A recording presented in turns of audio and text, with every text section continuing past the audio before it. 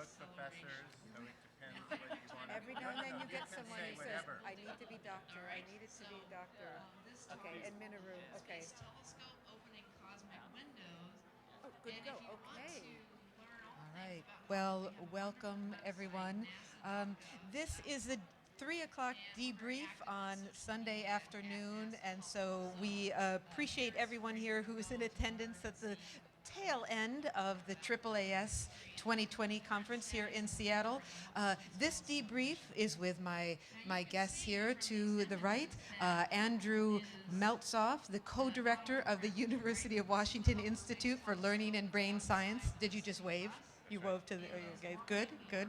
I work in radio. We don't often wave, but you're thinking like a television producer. And Minoru Asada, the professor of adaptive machine systems in Osaka University in Japan.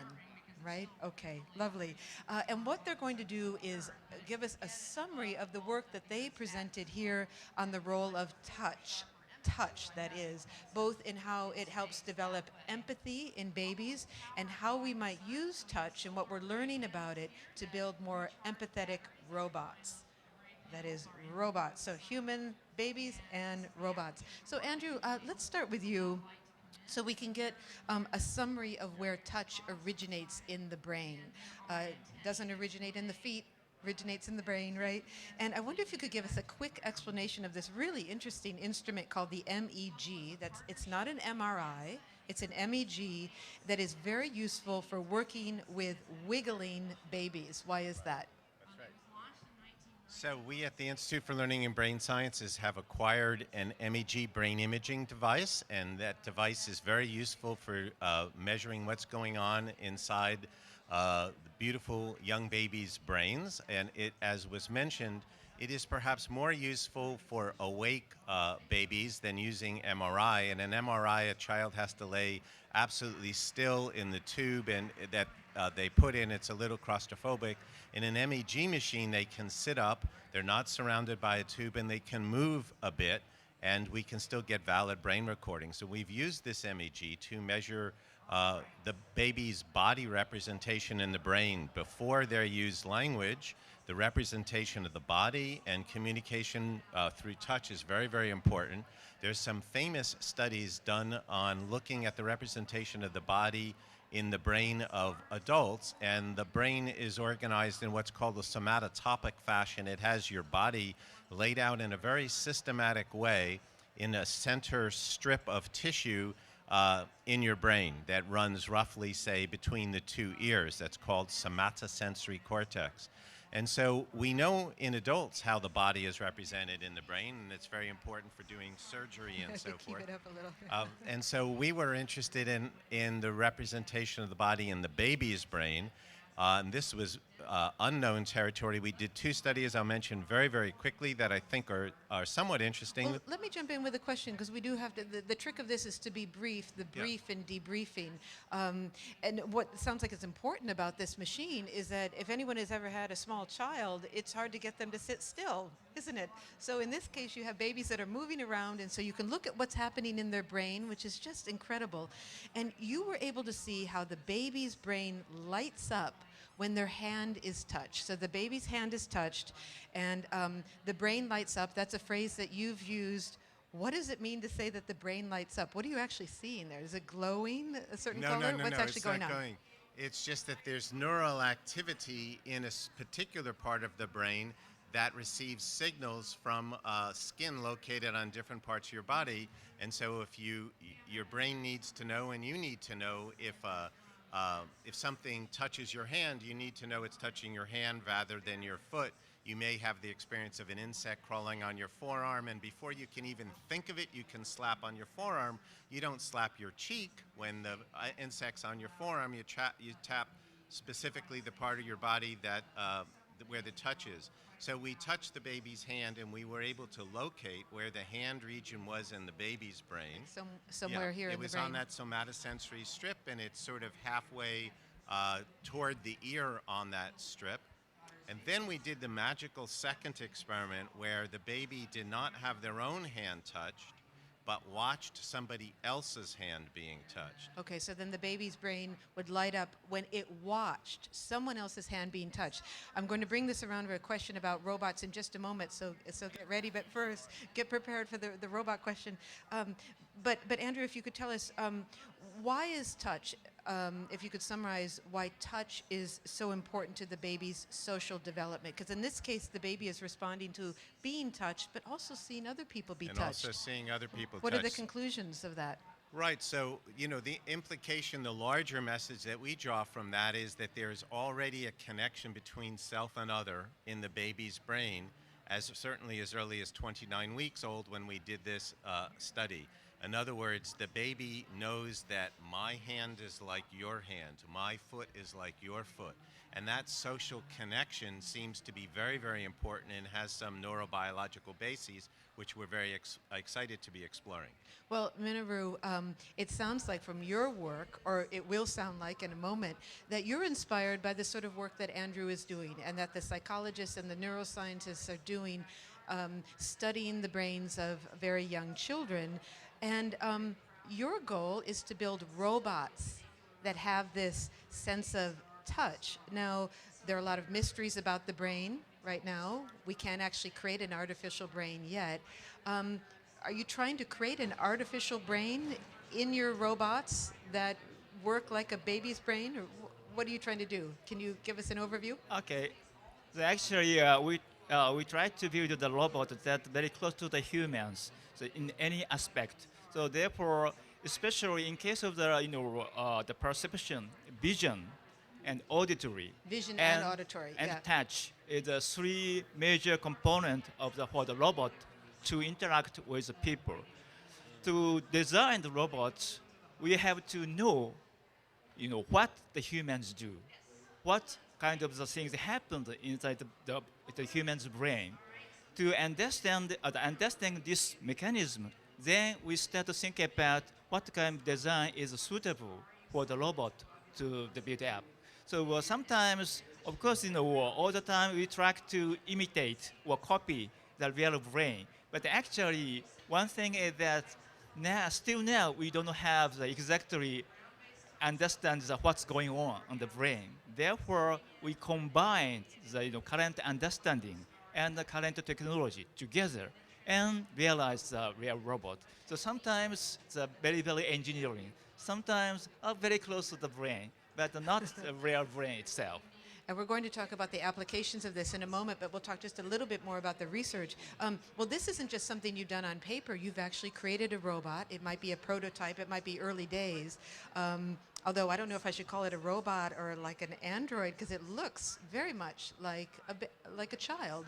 And that baby's name, or that baby robot's name, is Affetto. Yeah, yes. Right? Okay. So Affetto, if you didn't see this session, you have to understand that Affetto is covered with artificial skin and touch sensors. And I wonder if you could explain how those work. But then I also want to ask you, why go through all that trouble? Why not just program a robot with empathy? Why do you have to go through the trouble of making it sensitive to touch? Okay, so before the programmer, researcher, programmed everything, but it's the limitations because actually a real situation happened that we didn't expect. Therefore, the robot should have the capability of the learning to adapt the situations. You want them to be able to learn. Adapt to run.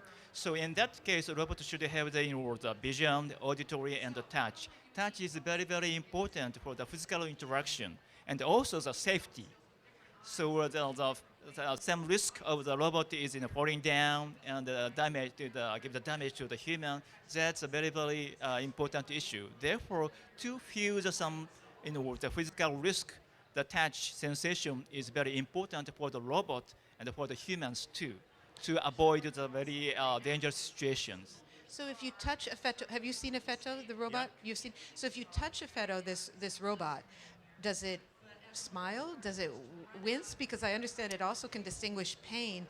Does that emotion register on the face? Let me explain a little bit more about the Android robots. So actually, my colleague, so Hisashi Shihara, designed everything. So the main purpose is that so we like to study about the caregiver and the infant interactions.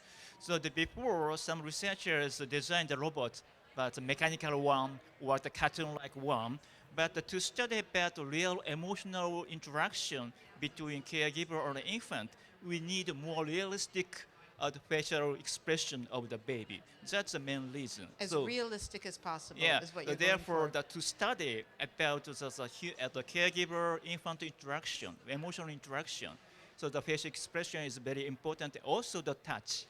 Yeah.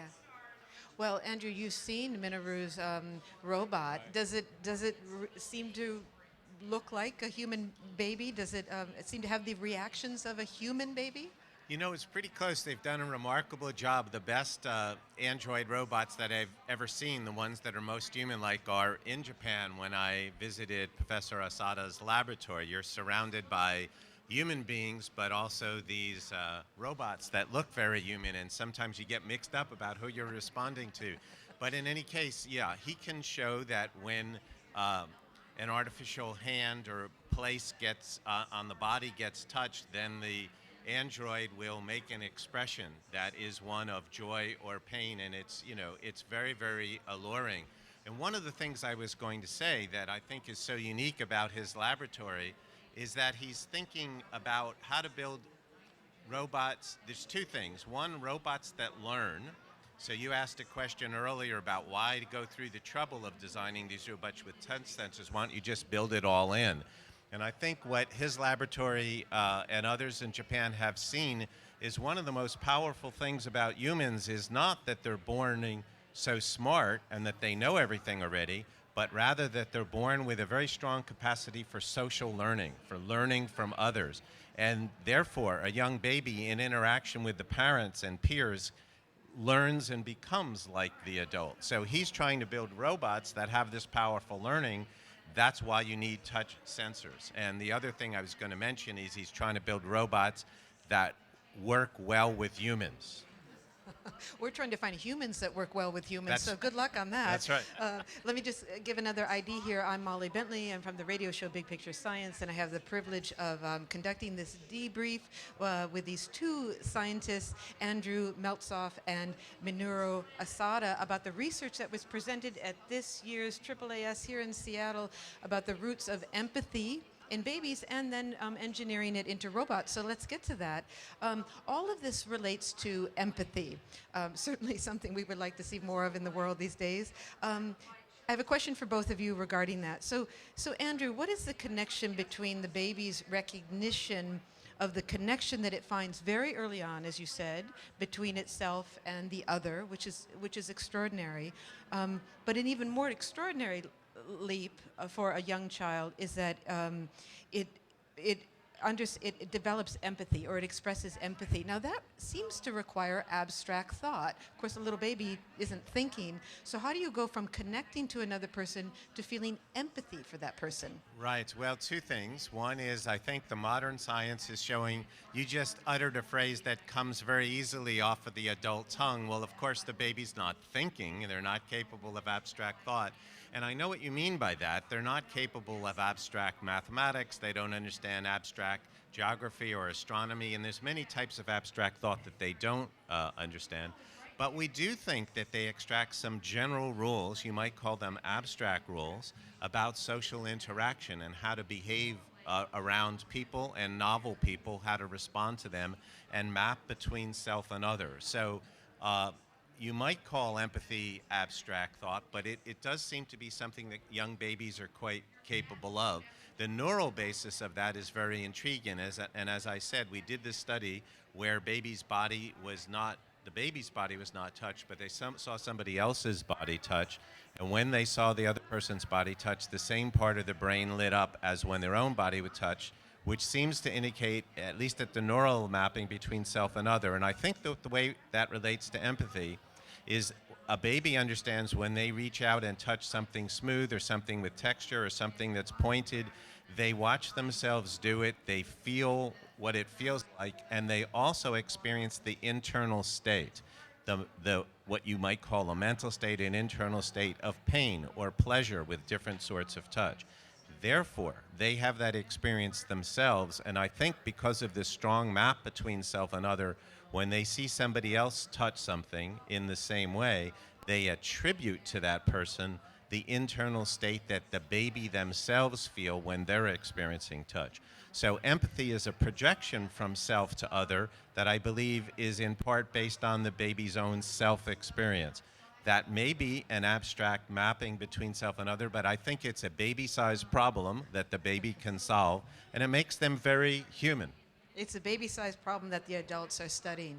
Okay, let's get to some of the real-world applications. These are the big picture questions, because we do have to wind up a little bit. Do you want to say more about that? Because I want to ask you about why you're doing this, Minoru.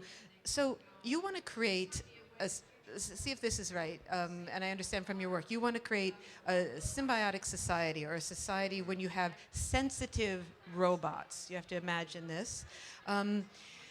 Now, and you want these robots to be empathetic, but why shouldn't we use this science to help humans become more empathetic? Why are we building our successors? Why do we want robots that are empathetic? Okay, so the direct application of the research is, as you know, Japan is very, very high aging society. High aging. Yeah, high aging society, and the senior people living alone in the countryside. Therefore, this is a social demand to assist these people. So the robot can contribute to assist these people, the physical assistant and mental assistant, both together. In that case, empathic capability is very, very essential to understand the internal states or some states of the senior people, and then decide what action which robot should do or something. That's the kind of the physical assistant, and also the mental application. Mental assistant is that so the kind and how to say. Understand your situations, and also some of the communication to others or something. So anyhow, so therefore, in that sense, the touch is one of the part to make the communication much easier and so on. That's a direct application. But actually, my own research interest is what humans are. What humans are. And by designing a robot, we approach to this issue. Therefore, we need some scientific result or achievement or understanding. And by combining them, we like to deepen our understanding what humans are. So there was a time when that was the purview of the philosophers. What does it mean to be human? And now we have the roboticists trying to answer that question. So we could imagine that if you were in a home, or your grandparent was in a home, or your mother or father, and they were alone, you could bring in one of these robots, and they could provide just the very basic necessities in terms of companionship. We just have a couple minutes left, so I want you both to think about what the two, let's say 2 or 3 takeaway points are, and we need to keep that brief. But Andrew, one more question for you about the implications of your research. You're not working on robots, at least yet. You're still working on babies' brains. What are the implications of your research and how we take care of our children and raise our children? Right. I think there are large implications. I think what we and other developmental psychologists around the world have helped foment is a sort of a revolution in how we think of young babies. I think it's common to think of babies as selfish and egocentric and only concerned about themselves. And what the research is showing, and of course many parents have recognized, is that parents are socially connected, not selfish. They're other concerned, and they can be concerned in an empathetic way and act altruistically to others at surprisingly young ages, like 18, 19 months of age, prior to speaking in full sentences. So our babies are not sort of social isolates, but rather they're socially connected. And I think once you begin to see your baby as a human being that's looking across the high chair at how mother and father are interacting and extracting some abstract rules for that about how people ought to interact with one another, whether people help one another, whether people aid somebody else, whether they're in pain, whether they comfort others, they are developing an understanding of the ways we behave to others simply by observing the family interactions and how mother and father interact with each other and with the other sibs. That, I think, changes our understanding of what the babies are doing. And we have found that when we speak to preschool teachers and talk about the modern brain science and what it's showing about social awareness and cognitive abilities, that preschool teachers and others are really excited by the modern research. It's busting some myths about social isolates and talks about them as being socially connected. It breaks down stereotypes of babies being selfish, and actually we can think of a generous, other-directed baby. It's really uplifting to do that research. And it's a reminder that babies, they are looking to us as models all the time. They're sponges, just absorbing what we do. So we are providing important modeling for young children, even at a very young age. Okay, just a couple minutes left, and we always say in radio, which is where I work, is even if you do a half an hour program, there are probably only 2 points that your audience is going to remember as they walk away. I wish it were more than that, but 2 or 3. So we're going to do that trick here. For the audience out there, gentlemen, what are the 2 or perhaps 3 things that you would like everyone to take away from your work that you presented here at the AAAS in Seattle? Minoru, do you want to start? Okay. So to summarize my statement, the first one, the robot can contribute as a tool to study what humans are. Second, at the same time, the understanding of understanding of what humans are by robot is very good, very useful to design the future robot. And number 3, I do not intend to only the Android. I like to introduce many kinds of the robots, not only the Android, but some mobile robots or something robots. So that's a real symbiotic society, the diversity of the human beings and the diversity of the robots and the real symbiotic society. So robots are a tool for studying humans, and studying humans helps us make more empathetic robots, and also your aspirations are to create diversity in the robot population. Okay, we have a feeling you're going to do it too. All right, Andrew, takeaways. Yeah, so I think a couple takeaways. One is that babies are born learning socially. They're born learning from us.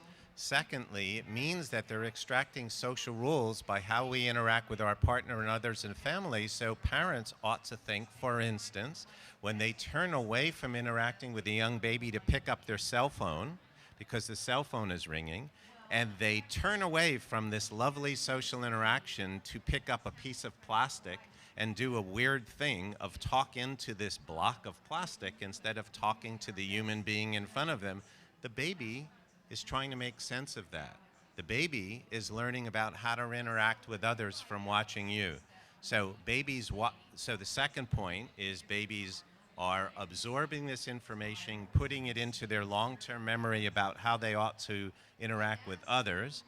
And then the third point is the babies need us. We're the baby's first and best teachers, and the babies can't wait much longer to have us value them and realize that they are the future. They are the citizens of the future. So turning away from our babies to engage with cell phones may not be as much fun for the babies as we might think. Boy, we could do a whole hour just on that subject. So it sounds like, and because babies are so responsive to touch, you really do want to hold your children tight. Right. Hold your children. Talk, play, look at them, and interact with them.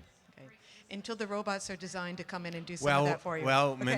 Minoru wants us to hold and talk to the robots, so the robots can learn so they can become better partners for us.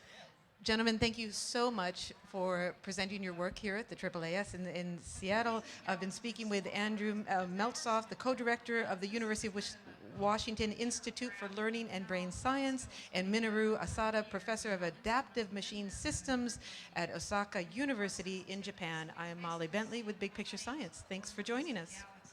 Thank you.